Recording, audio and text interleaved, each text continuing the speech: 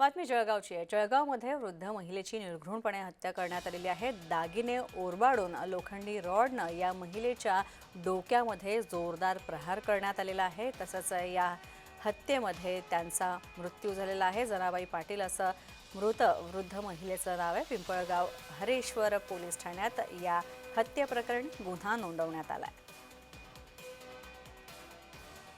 आपण पाहतोय पिंपळगाव हरेश्वर पोलीस ठाण्यात या प्रकरणी गुन्ह्याची नोंद झालेली आहे। हत्येचा गुन्हा नोंदवण्यात आलेला आहे। जळगावमध्ये दागिन्यांसाठी एका महिलेची निर्घृणपणे हत्या करण्यात आलेली आहे। लोखंडी रॉडनं त्या महिलेच्या डोक्यात मारहाण करण्यात आली आहे।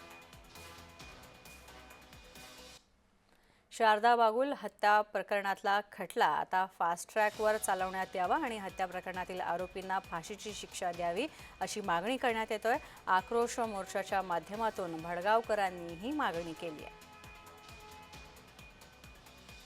आपण पाहतोय शारदा बागुल हत्ये प्रकरणाचा खटला आता फास्ट ट्रॅककडे वळवण्यात यावा अशी मागणी करण्यासाठी हा मोर्चा काढण्यात आलेला आहे आणि हत्या प्रकरणातील आरोपींना फाशी द्यावी अशी आंदोलनकर्त्यांची मागणी आहे। भडगावकरांनी ही मागणी केलेली आहे।